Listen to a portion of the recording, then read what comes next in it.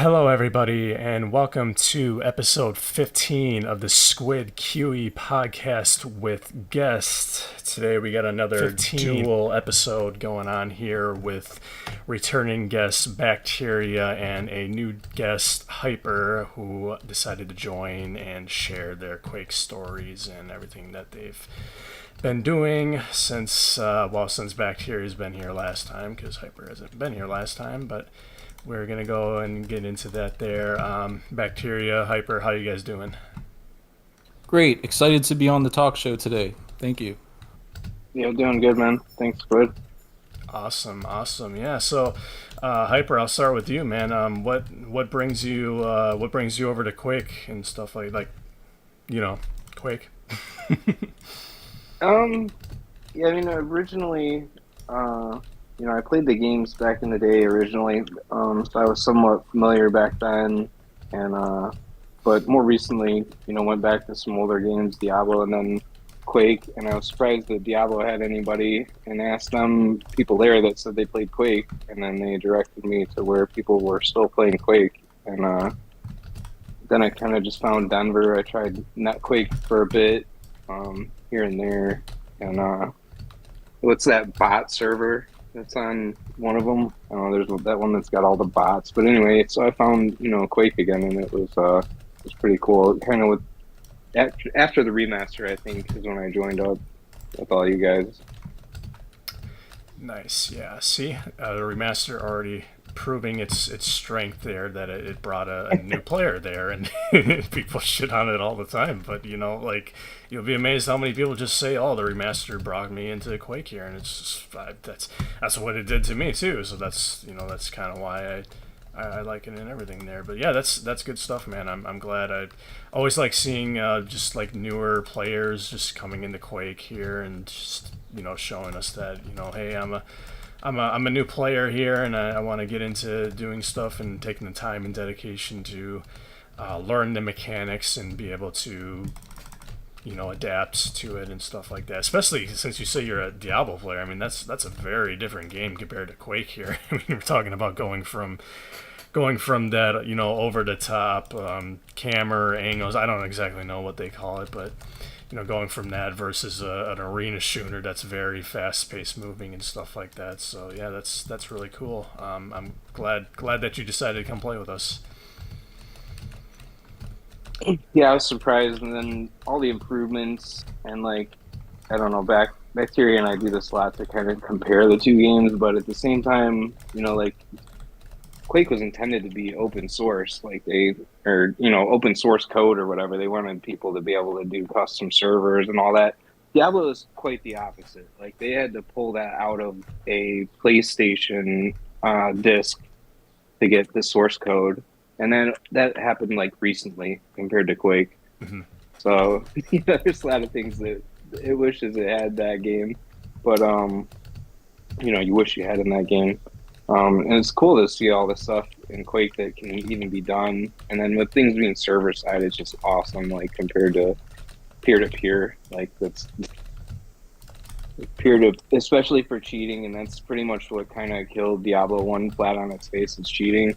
To still have peer to peer not fixed. Like you were just talking about stuff earlier, like if they wanted to re-release it, like how are they going to re-release a peer-to-peer multiplayer game in 2024? I don't think you could. Or re-release, like they'd have to fix that. Cool But, stuff. Yeah. but it's cool to be able to like vote on stuff in servers and Right. stuff. I mean, it's just compared to you have to load a mod of your game. Mm-hmm. Yeah. Yes, for those out there who don't know, yes, Quake is actually a open source game. I don't know if I ever really talked about that on podcast before, but yeah, it is a open source game. Pretty much, I think most of the assets are. I know I think the campaign isn't really open source, but I know like most of the multiplayer assets and stuff like that, or at least the stuff that makes the multiplayer go, all that's open source there. So yes, it's an open source. I'm actually playing on what is this, Easy Quake? I think it's Easy Quake. Just because like trying to get custom dedicated servers working on QE is just such a it is just such a hassle, and I just I didn't want to deal with it, so I just chose EasyQuake. But actually, it's a good point you bring up here because EasyQuake is in fact a completely open source client, from what I understand there. So yes, that is a good point that you bring up there. Yeah, actually, that was the first client that I found. I think was nQuake, which isn't that just a repack of EasyQuake? Right. Yeah. Yeah, Yeah. but nQuake was. it was nQuake was super the easy. first that I got introduced into Quake World, which I've talked about the different between NetQuake and Quake World before, but yeah, EasyQuake was the first one that I mean, nQuake was the first one. I mean, it's the same thing, EasyQuake and Quake. Just nQuake is a pre-packaged type thing that includes some, like stock configurations there, so you don't really have to adjust, your try to figure out the configure, because that's like probably the one of the things that most people will probably be a little turned off about Quake World, is trying to figure out good configuration. And I mean, like, you can make the default stuff work too. Yeah, it's not like it's a requirement to play, but and Quake would be the one to go to if you're new to Quake World and stuff like that, because it has the prepackaged stuff into it there. I'd say too, if you can find your way. I didn't mean to cut you off, but if you can find your way into the right Discord, there's people who can. It seems like I don't want to speak for anybody, but it seems like you could get a better config from somebody. Yeah, there's probably people out there that'll share their configuration with you and stuff, so you can always ask on the Discord. And I'm sure there's a lot of good people. Despite what people might think about Quake players and stuff, most people are very nice, and they want to help you get good, because like, always battling people that don't know what they're doing is like, it's not really that it's not really like that fun to do and stuff. So people are always willing to help you improve your game so you can get good, and then they challenge you, and then you get better, and it's just it's the circle of life in Quake there. So yes, can always I ask. think every Quake player in the community is a very good person, except for Mr. Fancy Pants. I don't know if he's watching the stream, but that's I'm just kidding. he's gonna make you pay later. No, I gotcha. But yeah, back to here. What have you been up to since last you've been on here? It's been quite a few months, right? Yeah, it's been a few months, a little bit of everything, man. I've just been kind of so I've been, last podcast I pretty much talked about how I've been playing Quake for the last 3 years, which is, yeah, that's pretty much the case. So far this year I've been kind of branching off and trying a little bit of everything in terms of deathmatch and arena FPS. So like, you've been playing Half-Life deathmatch with me a little bit. A little bit like even Doom 2 deathmatch. I've been dipping my toes into. So yeah, just to kind of get more perspective on all this stuff. Like, yeah, I played all this stuff when I was a kid, but like, like to be able to play it now, many years after the fact, is like really interesting to me to see like what's aged well for me, what hasn't aged well for me. Because I always say Quake 1 aged fantastically for me. Pretty much all the Quake experiences have.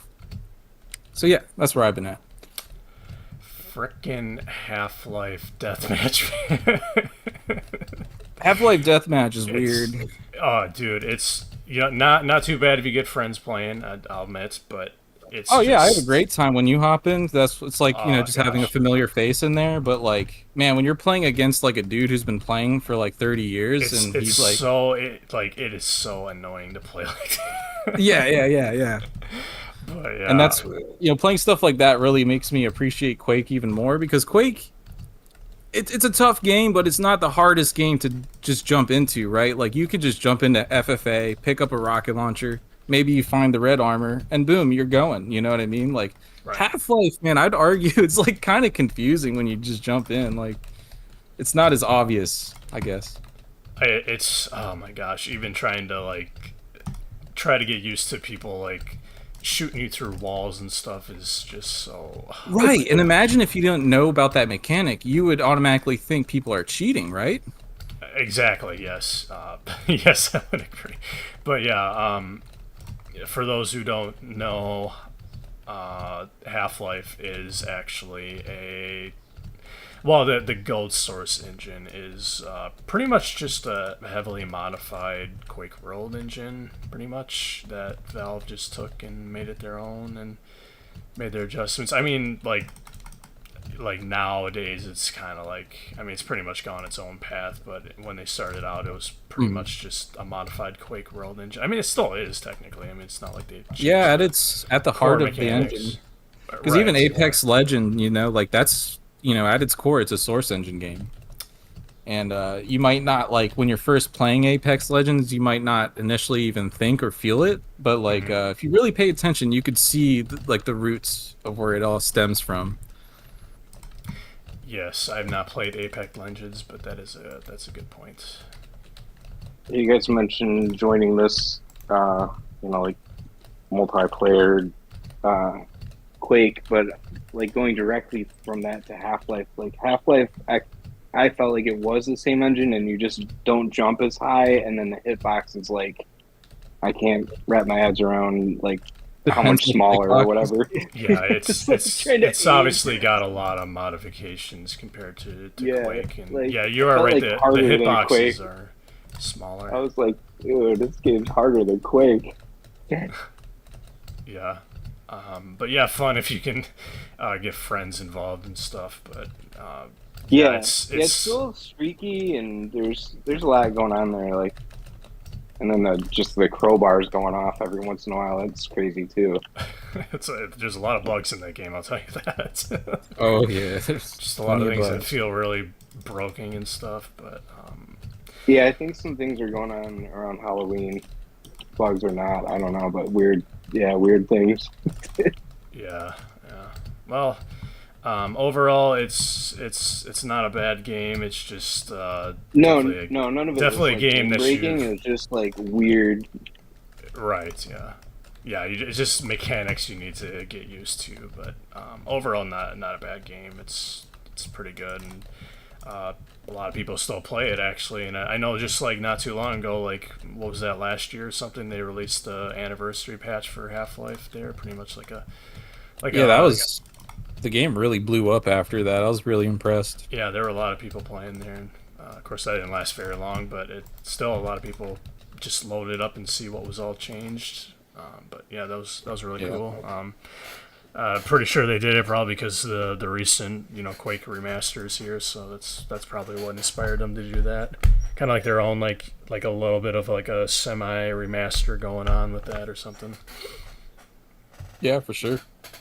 I'm all for it. Whatever brings relevancy to these old titles again, and I always want to see like a younger generation or audience get into this stuff. So, yeah, definitely.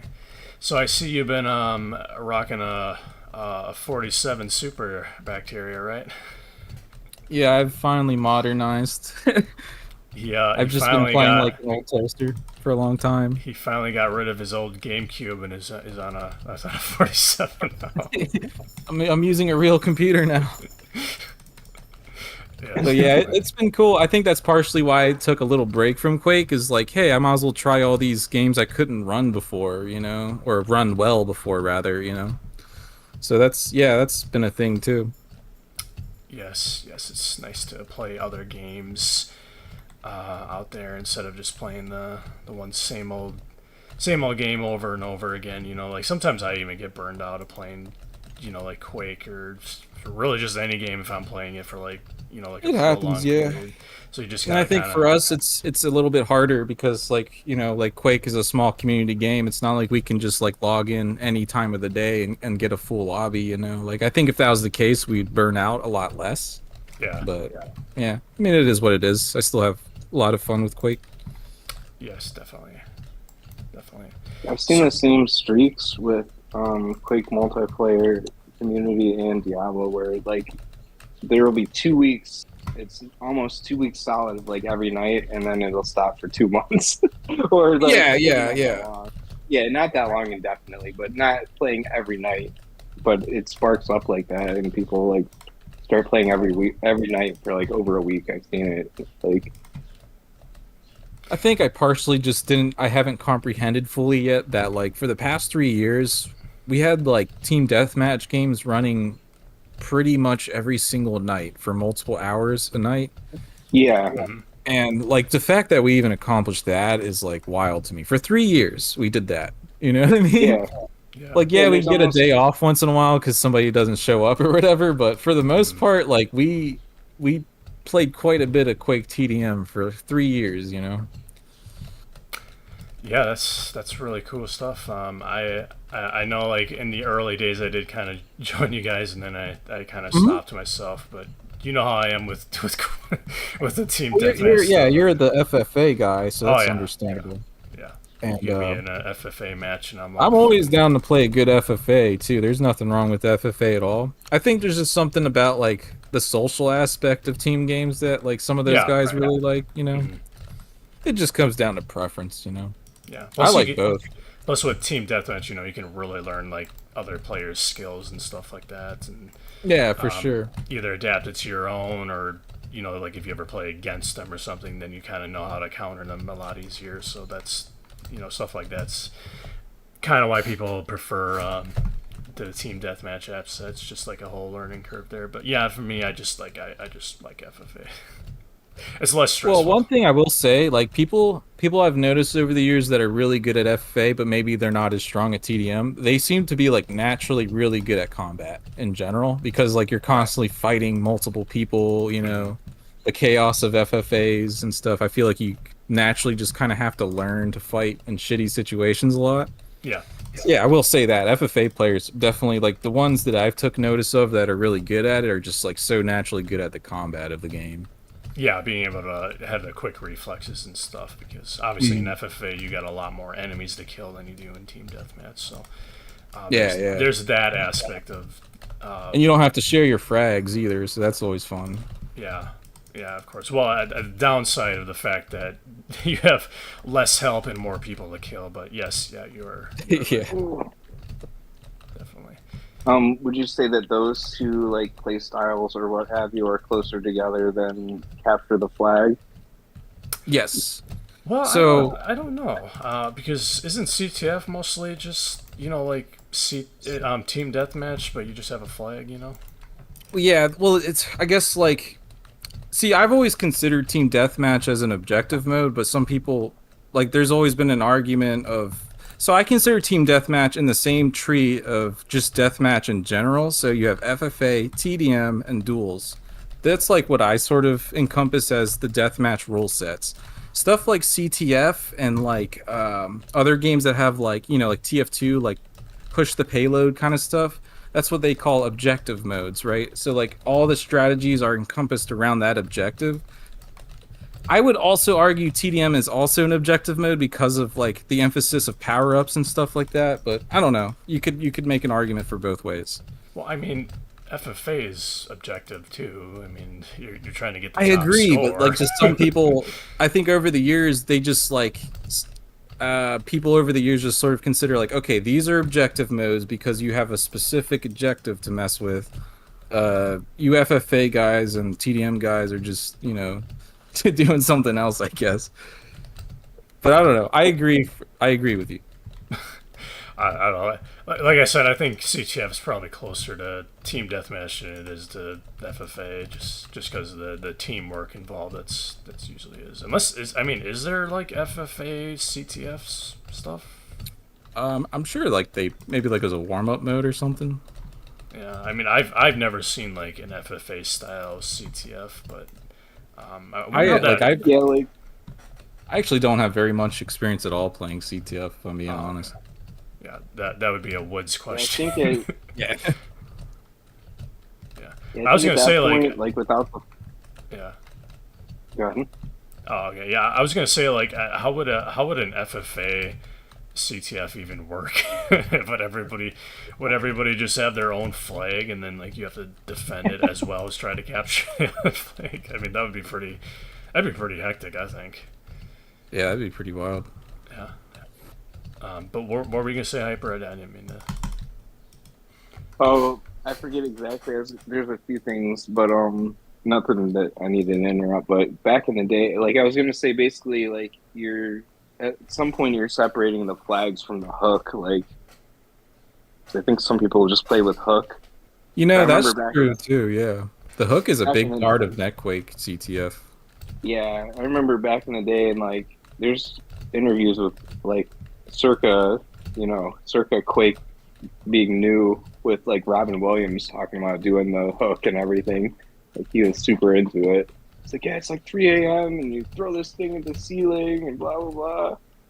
Like Wait, that what? was like the Robin hype Williams? level What? of Yeah, it's yeah, that Robin was like Williams, yeah. Oh hype wow, really? I level didn't of know that. Quake at the time. He was Yeah. a gamer, yep.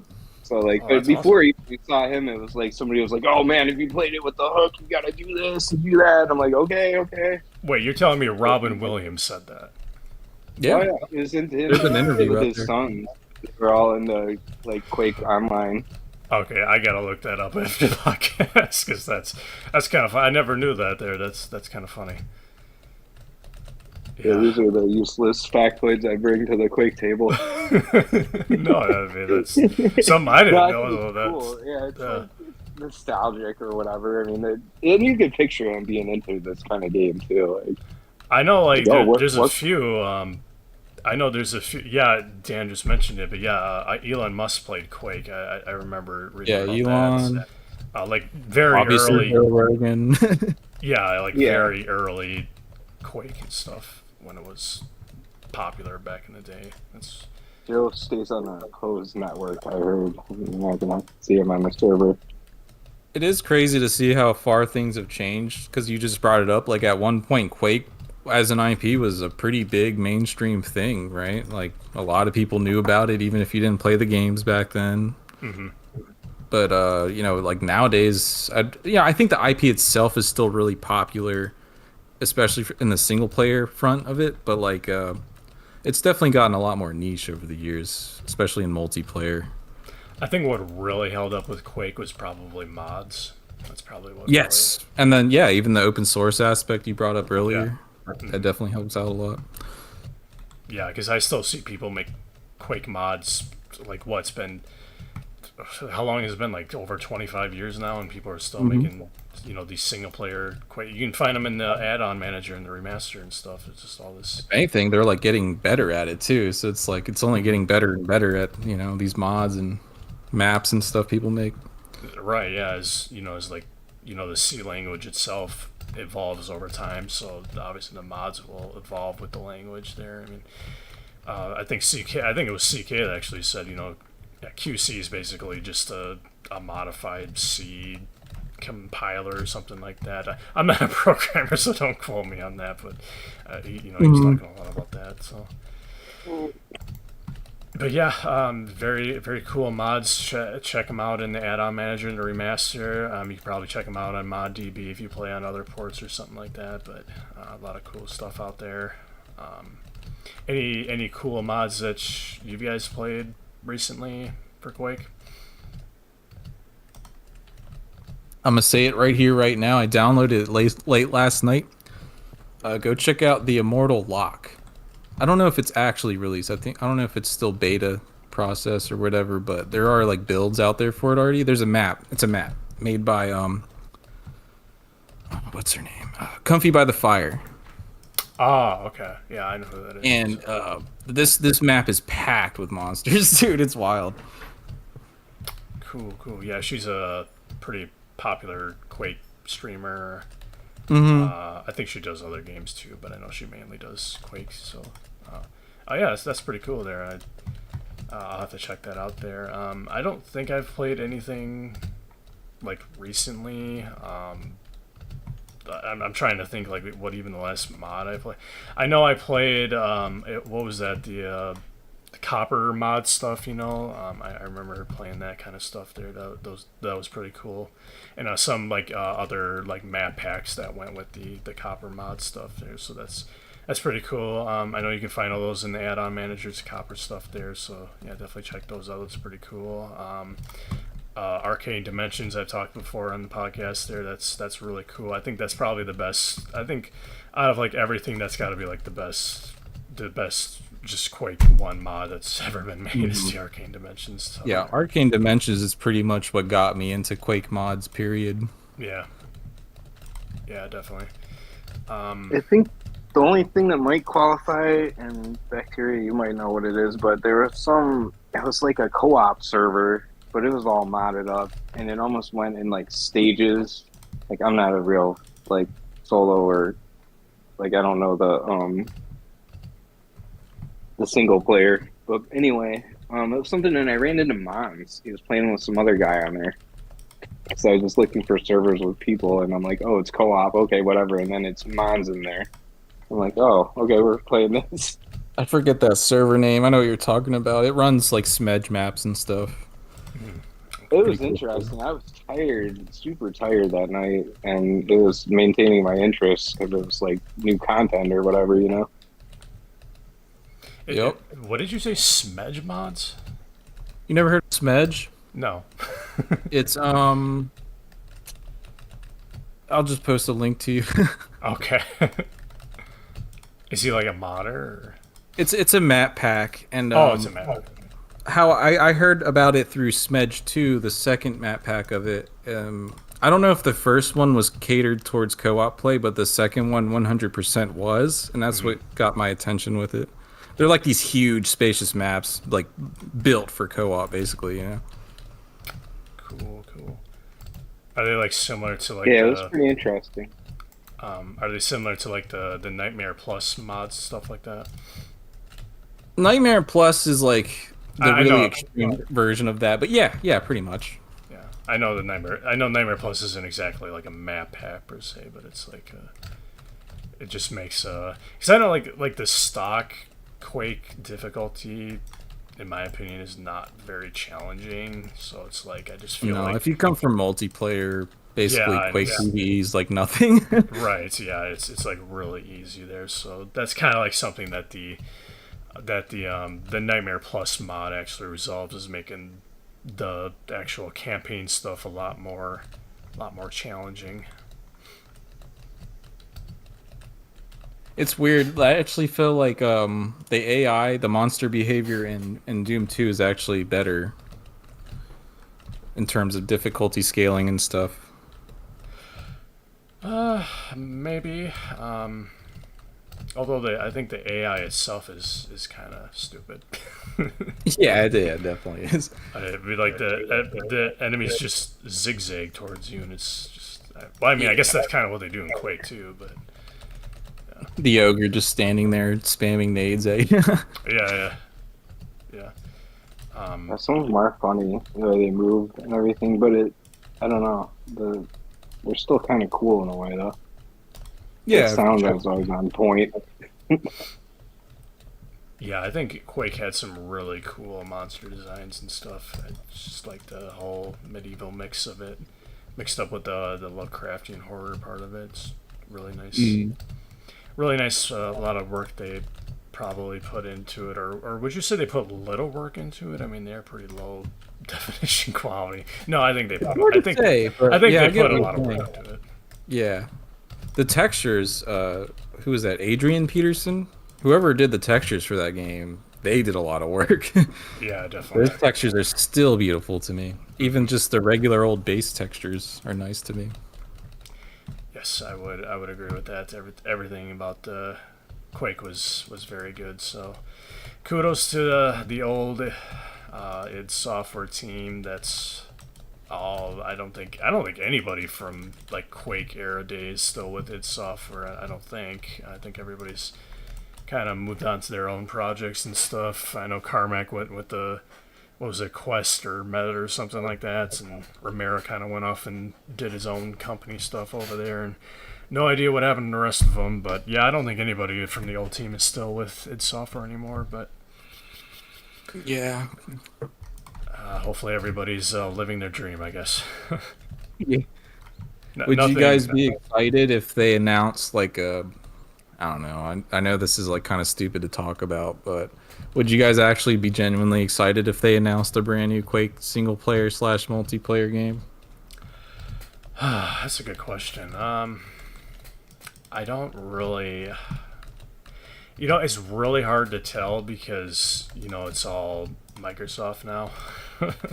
So That's where I'm kind of at with it too. Yeah. yeah, and really, I mean, the only game that's coming from like the Microsoft era of of id Software is going to be the new Doom game, which what is it, Doom Dark Ages? That's the first game that's going to be from the Microsoft era of id Software. So as of right now, I really can't say because we haven't really seen what Microsoft is capable of producing for like id Software titles. So maybe ask me that after Doom Dark Ages, and I'll give you my honest opinion or something. Yeah, for sure. Yeah. Yeah. But what do you think, Hyper? Yeah, I'm not sure if I would be. It's like you don't know if you'd be excited or like you'd have questions, right? Yeah, I would have questions. I That would definitely. be me. Yeah, I think everybody would have questions. Because I even mean, when like, Quake Champions came out, so our first reveal of Quake Champions was a CGI trailer, which we immediately found out there was going to be hero abilities. So right away, people were questioning, like, is this going to be like Overwatch? Is this game going to be shit? Like, which is validated. Yeah. It's a weird. Id Software is in kind of a weird place, in my opinion, right now. Yeah. Well, they kind of have been since, whatever the name of that company was that took them over, ZeniMax Media, I think, or whatever. Yeah, ZeniMax, Bethesda. Yeah. Yeah. Yeah. Yeah, they haven't really been the same since they took over. I think. I mean, I know like the Doom Eternal in 2016 turned out all right, but it's like That's what makes it so weird. Is like the Doom games turned out like they did really well, but it's like Quake is like. I would argue it's about as quiet as ever. Yeah. And then like Wolfenstein games I think do well. I don't play modern Wolfenstein too much, so I don't know Oh actually. yeah, Wolfenstein. I forgot about those. Yeah, no, those turned out pretty well too, except for the VR port they made. Truth be told, these companies always want to try and push like, especially like FPS games, and be like, oh yeah, let's make a VR port of it, and it's like 9 out of 10 times they just never turn out good, ever. I feel like a lot of the... go ahead, Hyper. Oh, I was just gonna interject. The game I was trying to remember earlier was Far Cry. Oh, okay, yeah. You like those games? Yeah, I played it a little bit, and it kind of plays better than like Crysis, but Crysis is a sweet benchmark game. Oh yeah. I think the only Far Cry game I've ever played was Far Cry 3, and I think it was like a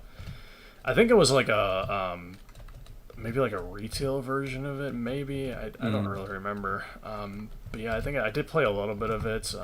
It had some interesting mechanics, but it.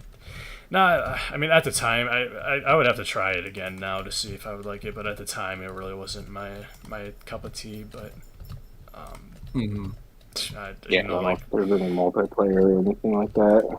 Yeah, well, not even just that. I mean, back then I was pretty focused on like like your FPS style games. I mean, like you're more like like Doom, Quake, stuff like that. But like the past few years, I've really widened the genre of games that I play and stuff like that. So it's like like even like the past few years, I've been playing like open world survival craft games that I've never really played before because I always thought they were kind of boring or something like that. So I've been playing them there. So I've really been a lot more open to games now. So I wouldn't mind giving it another shot and just see how I like it now or whatever.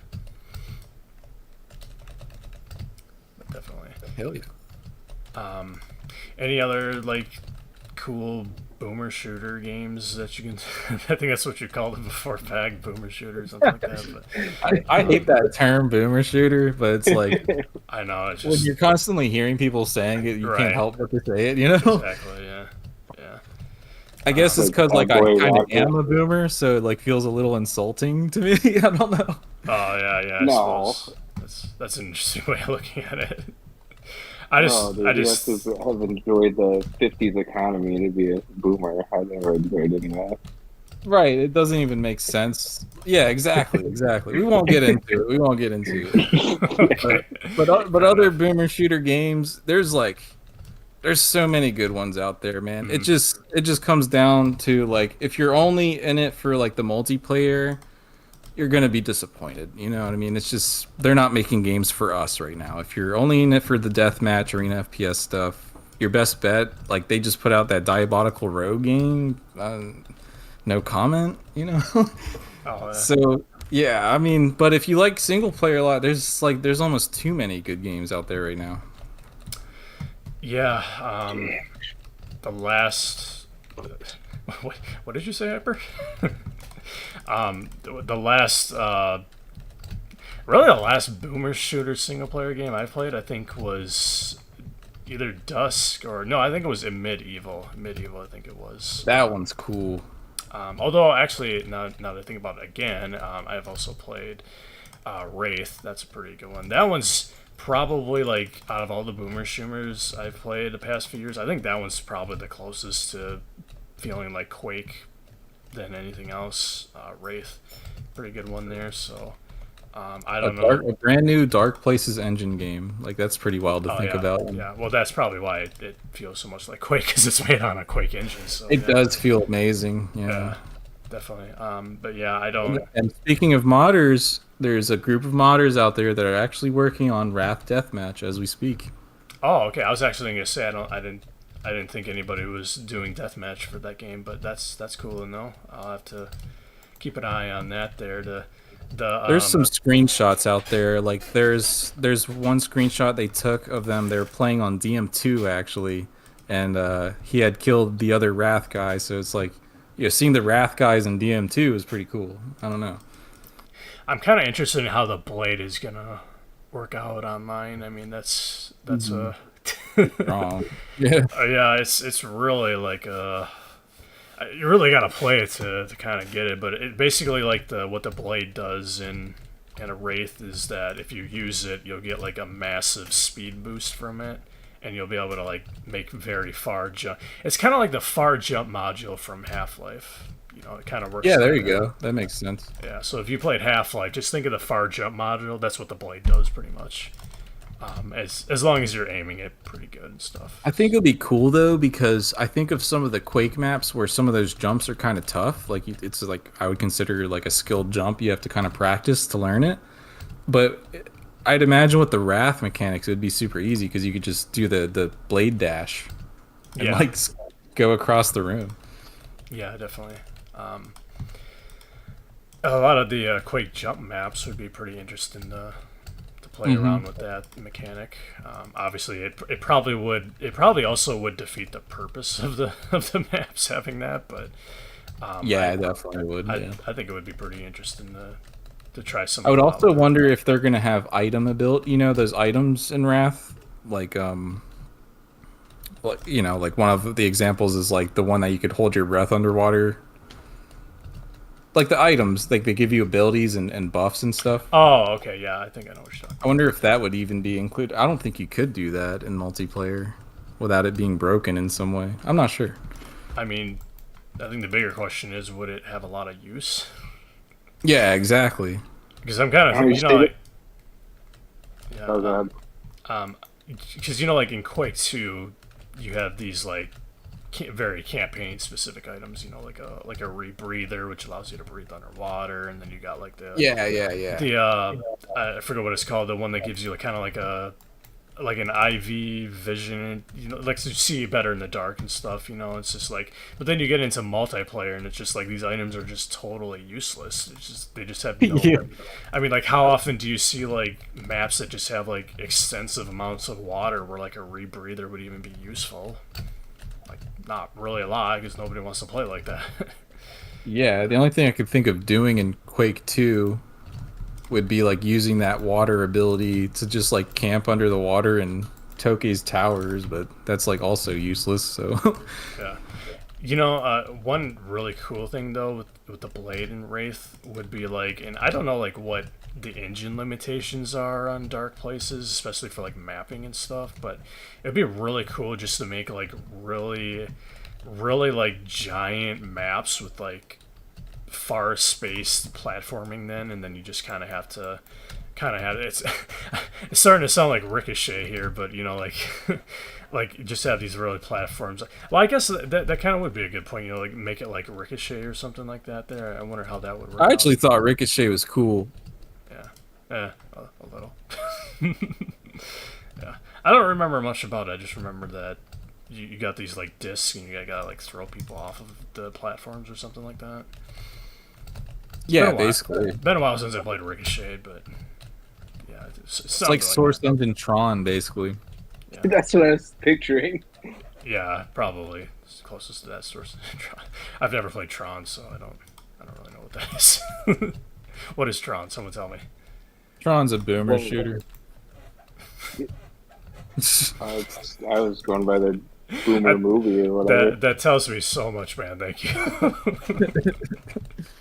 No, I'm kidding. Well, I'll have to look it up later. I got you. There's like a disc match, and they have like reflective like patterns, like, and they were going for like an LED kind of look. Like there's a whole certain. Gotcha. I mean, that's what I was picturing when you were talking about the disc thing.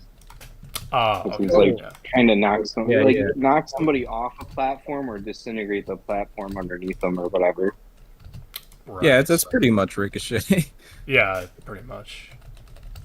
Yeah, so like your surroundings are crumbling around you, basically. Gotcha. Oh, I was gonna ask you, Hyper. I guess my podcast question to you would be, what made you stick with CRX after? Okay, so you get into Quake. Obviously, you know there's other source ports, there's other communities like Quake World, QE, Pure Vanilla Net Quake. What made you stick with CRX? Well, I didn't do the actual like QE. You know, like I had just old Quake, and I was like trying to get that going, and then like so you can't really connect without a client. So I had to find a client, but I did try Net Quake for a while. And it was so hit or miss, and people would be on there and then not on there, and so like through the Discord I could see people were playing in Denver, but I was always looking for somewhere else, like, you know, whenever they weren't playing.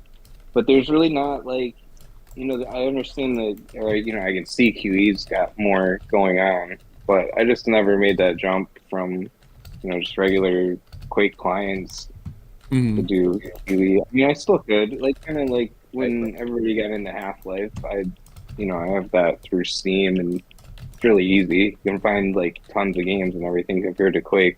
So it has that, but I not Quake, like I like the client experience. Like I had to be using like GL Quake or something then, or Quake. I remember Quake Spy, and I forget what else. But there's always other data. But I didn't do but yeah, just basically like, and you guys played late, so you guys played late at night. So that's another. Jesus. Yeah, we used to play till like so. Well, yeah, you're if West you think Coast, about it, on Pacific time, so we would play until like 2 a.m. But when you think about it, like most of our group is like East Coast Central, so they were playing until like 4 a.m., 5 a.m. Yeah, that's pretty nuts, dude. Remember the first 1v1 tournament went on to like, I think we started at like 6 o'clock, and it went on until like 3 in the morning. Yeah, that was brutal, dude. That was something else, man. I had to forfeit because of that. I couldn't. I was like, dude, it's like midnight now, and it's like we haven't even gotten the loser rounds going or anything. It's like, what the heck? Yeah, I remember people DMing me like, "Yeah, we can't find Squid." I think he said he's like, "Yeah, he's got to call it because he's got to do something the next day." I was like, "Dude, I get it. Like, it's 3 a.m. Like, go to bed." Yeah, I couldn't keep going, and I just had to. But yeah, no, I just. I'm glad we've improved that aspect of the tournaments since then. Yeah, we learned some time management skills over the years. Yeah, everything was a learning experience back then. That was like I think that was the first tournament you guys ever did, right? I had never organized a tournament. I basically just watched. I used to watch like the Tasty Spleen stuff, and I just figured like, oh, I'll just copy off Jahar. But little did I realize there's like a lot that goes into organizing a tournament, you know, and I had to learn the hard way, you know, and learn as I went. You know. You just Which brings me to something I'd like to announce is that we will be doing events for QuakeCon. We will have a FFA jam. I don't have specific dates. I'll post them up on the Discord, but it'll kind of work like that Friday of the weekend. We're gonna have FFA. It's not a tournament or anything. You just show up and play, have fun, socialize. And the next day, I think Kilo Miles in the Blood Rails community is hosting a big Blood Rails event for his community. So show up to those. cool. All right. Well, there you go, peeps. If you're watching now, show up for that. If you're watching a year from now, sorry you missed it. And there's a surprise event coming up I'm not ready to announce yet publicly. All right. But There you it's go. something for the people. Yeah. Stay tuned. So Stay tuned. Yeah, definitely, yeah. Yeah. So QuakeCon, that's in August, right? Yes, sir. Yep. Gotcha. Are any of you actually going to QuakeCon? I wish. Oh, yeah, I wish. Every year I wish, and then I just kind of add more responsibilities to my life, and I can't. Gotcha. Anyone from chat going to QuakeCon? Let us know in the chat there. Isn't there a Quake mod that's like Twisted Metal Total Conversion mod? Yeah, that's the one Bacteria was talking about. I don't know when you asked that, Dan, but yeah, that's the one Bacteria was talking about earlier. Was the Quake mod. I think people going, I think Kilo Miles is 100% going, Buckshot's going, so... Yeah, if you guys are going, you know, there's other people in the community that'll be there. Yeah, QuakeCon, you know, it's like... I don't know about QuakeCon. Sometimes it's just like... I feel like they promote a lot of QC. And not... So, yeah, I mean, we could. It hasn't been a QuakeCon in a long time. Let's be Exactly, real. and that's kind of why it's just like if you're going there for Quake, it's just like you're probably gonna be. I mean, like they do some Quake stuff. You're probably mostly gonna be a little disappointed. I feel like it's kind of a little lag. I feel like it's kind of turned more into like a Comic-Con for games or something like that. I agree with you. I do feel like it's weird to call something QuakeCon, but you're emphasizing like just Bethesda games. The way I see it, I don't know. Yeah. But on the other hand, I've never went to a QuakeCon before, so I don't know exactly what goes on over there. So hopefully, maybe they'll do different this year. I don't know. Yeah. Is this also the first QuakeCon in the MS era? Yeah, actually, that's I was gonna say because point. I don't think. Let's see. Last year was 2023. When did MS buy out ZeniMax? Wasn't that like late last year or something? I think it was after. Yeah, I think it was after QuakeCon last year. Yeah, it was definitely after QuakeCon. So yeah, that'll be interesting. This will be the first MS era QuakeCon there. So You might see Master Chief at QuakeCon. There you go, Master Chief. Yeah. I was just thinking that like they own both franchises, so I think that's That is part of the awkward to me, confusion. dude. Yeah. Yeah. I think they have too much, in my opinion. Like having Quake, Halo, all these like very iconic FPS titles under one umbrella is a little bit weird to me. Yeah, I we've mean- talked about that with Diablo and WoW are both Blizzard, but like, why don't you just tack Diablo onto WoW at this point? You know, like, Well, that's what they tried to do with separating all your 4. resources. What is the deal? Yeah. Well, Blizzard's in a whole. I don't even. Yeah, that's a different. Yeah, that's Yeah. a different talk, That was really ballsy of MS to buy out Blizzard. It was really ballsy. That was pretty crazy. Yeah. I mean, like especially like after all the stuff the shit that went down with like all the like sexual harassment charges and whatever else. I don't know if like they ever really. I don't know. It's been a rough few years for Blizzard, man. Yeah, I was gonna say I don't know if any of that stuff was actually proven, but I know there was a lot of shit going on down with that there, and just toxic work environments and stuff like that. So the fact that MS bought them out is very ballsy of them to do that there. So, but you know, it's I was just gonna say with Diablo 4, like anytime you push a game back so long, like I think it's gonna hurt any company. Yeah, definitely. But you know, it's only been I think like a year since they bought up Blizzard, right? Something like that, or 2 years maybe Right.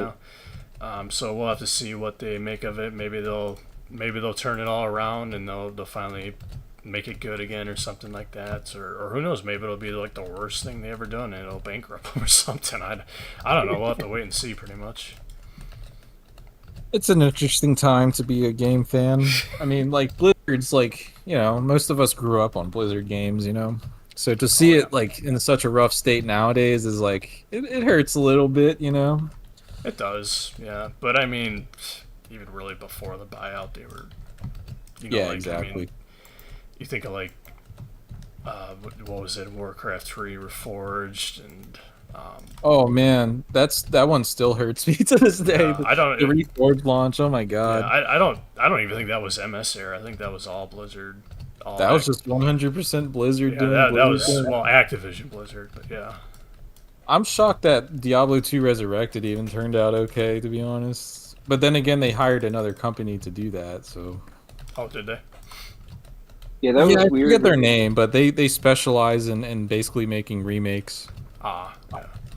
Yeah, I feel like games always turn out better when you have like a company that actually like specializes and have actually done remakes or something like that. I feel like they just turn out better that way or something. I don't know. Maybe it's just me. Well, you mentioned, like the team and who made like Quake 1, and like similarly with Diablo 1 and 2 were the same team, but all the other ones are not. You go like into those games, they're not. There's a lot of people that feel like the person that like it would be Carmack or Romero, like who created it, but with Diablo, it's more like Brevik. But he said that you couldn't. He's like, there's no way they could do it. They don't have the assets. Like he said, they couldn't remaster it, and then he had to like eat crow over it or whatever. But it would probably be better if they involved some of like the originators, like at least just consult with them or have them sign off on a few things, like to involve these people again would be something to think about in the recipe. I would think. Maybe. I don't know. I agree. Somebody Yeah. from the teams.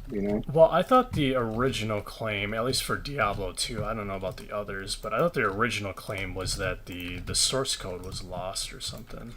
So Yeah. so both of them are lost. They the second game source code miraculously they found it apparently during an office cleanup or some weird shit.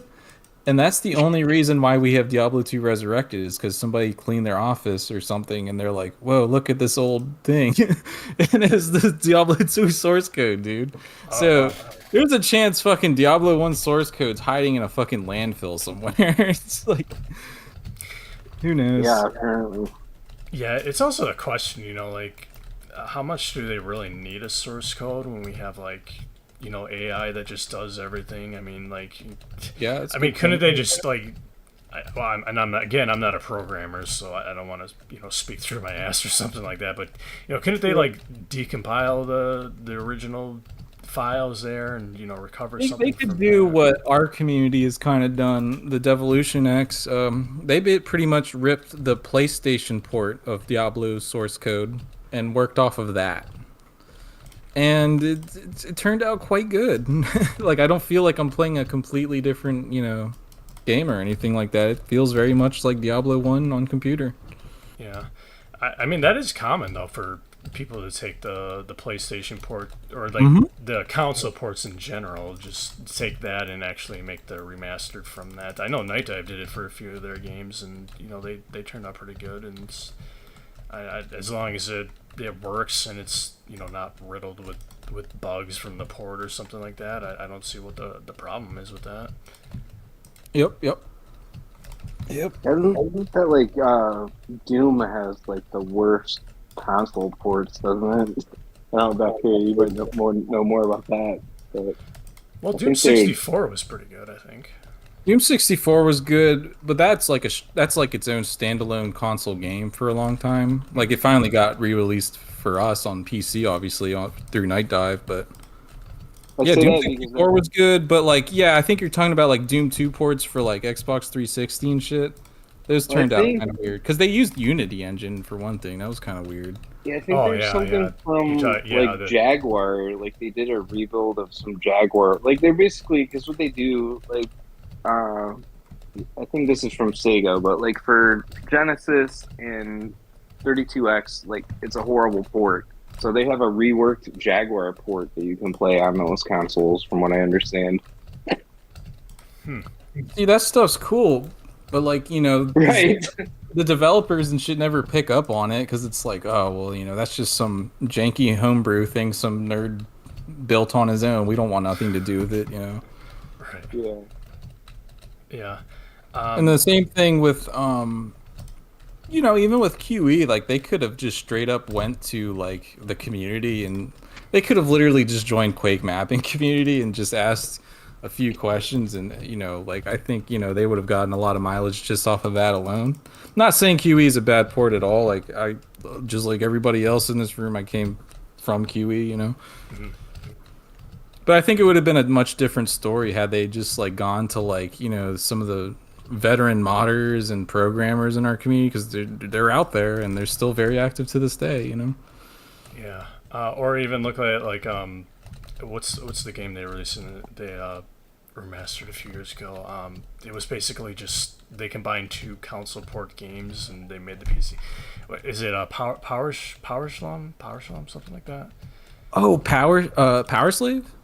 Yeah, is that it? There, it's the Think one that so. Night Dive They basically took the Sega and I think the Sega and the PlayStation ports. They basically combined them into one there and made the PC port off that. And I think Yep, that turned out really good. That's a prime example, I think, of a game that can be a console port ported over to PC and it works just fine. That's a good example right there. Definitely check that game out. I think Night Dive did that one too, huh? Yeah, they did. Yeah. Yeah, Night Dive does good shit, man. I mean, at the very least, they get these old games that don't work as well on modern machines, and they get them working on modern machines. Yeah, definitely. And I know, like, at least with the last few games they've been kind of heading into the whole, kind of like what Blizzard did with their games with the 4K remastering and stuff like that. There, I know they started doing that recently, so that's pretty cool. Probably help from Atari, probably, even though I still question that move from them, but whatever, it's done and over with. I don't know. Maybe they'll do a good job. I don't know, but I know there's a lot of controversy around that. Anyways, it's they've definitely improved since Quake. I do kind of wonder though, how would you guys think like if they came back to Quake or something like that, and they just was like let's just make everything look like 4K or like they do with the modern games there. What would you guys think of that? Do you think it would look good, or do you think it would, or would you think it would remove like the authenticity? The game. I see what you're saying. Yeah. That's tough. Yeah. Because it's like if you think 4K, right, it's gonna Yeah. take the grindiness out of it. Is basically what it's gonna do, and I feel like that is a large part of what sets the Quake atmosphere, right? Yeah, you're right. You're right. But then it's also like if you think of it another way, right? Most people play online. So they kind of forget that part of the game, and it just kind You of just turns turn off all the into graphics anyways. yeah. Yeah. Well, not even just that; it just turns into your like average arena shooter, and people just That's stop true. kind of caring about that kind of stuff too. So it's like That's a really good point because Quake Champions, if you got a good computer and run that game, or max settings or high settings, the game's really pretty to look at. I'll say that. But it's an arena shooter, fast-paced arena shooter at that, and you quickly forget graphics even exist after 5 games because you're just focused on moving fast and fragging enemies. yeah, So you are right, yeah. But I think like for a single player campaign, I think it would be good, maybe because. But going back to the authenticity thing, that's where it gets weird. From a basic point of view, as long as it doesn't change the gameplay and the general atmosphere of the game, I'd be cool with it. yeah. I think probably mods would be a problem though, because I mean I don't know how that really works. Like if everything's 4K, can mods just transfer over, or does everything have to be redone in 4K? Might I have don't to be really know. redone, I don't know. As to how much work that is, I don't know. Yeah, I don't really know what's all behind that, but I think Have I you think heard of Nail and Crescent project? I feel like I have. I feel like I So have. it's supposed to be a Quake one, not a remake, but a reimagining Hmm. because they're not allowed to sell it as a remake. Because it's not, but that's being done in Quake 2 RTX engine, right? So Mm. it's RTX Quake 1 pretty much. I'm really interested in that, but I'm also like, as we were talking before, I have questions, So Hmm. I'll just have to wait till like a demo or something comes out and I can actually play it and stuff.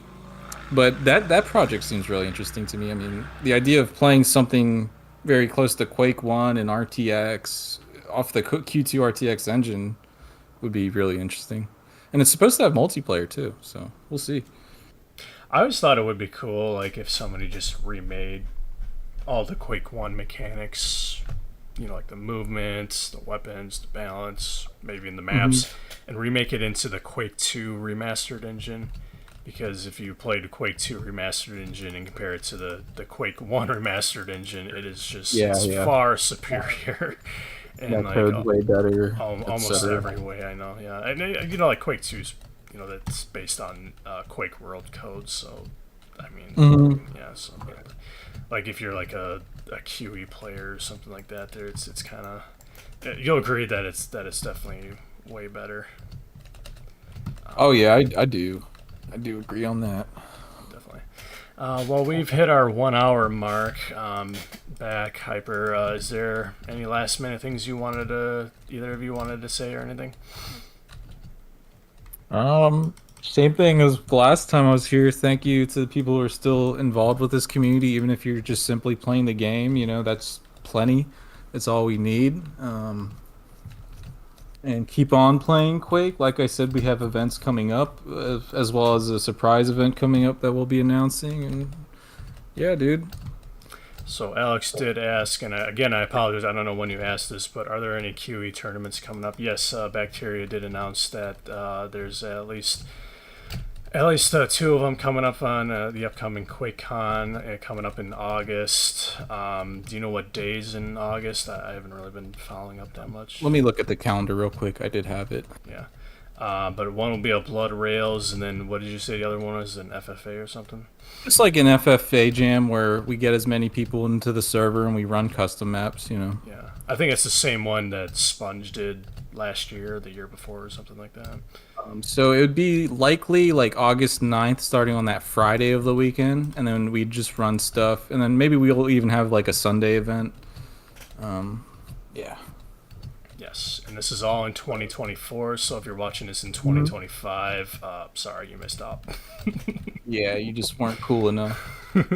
You But weren't. yeah, dude, like yeah, the whole tournaments thing, me and Dan have just been sort of really busy lately, with life and such, so it has slowed down.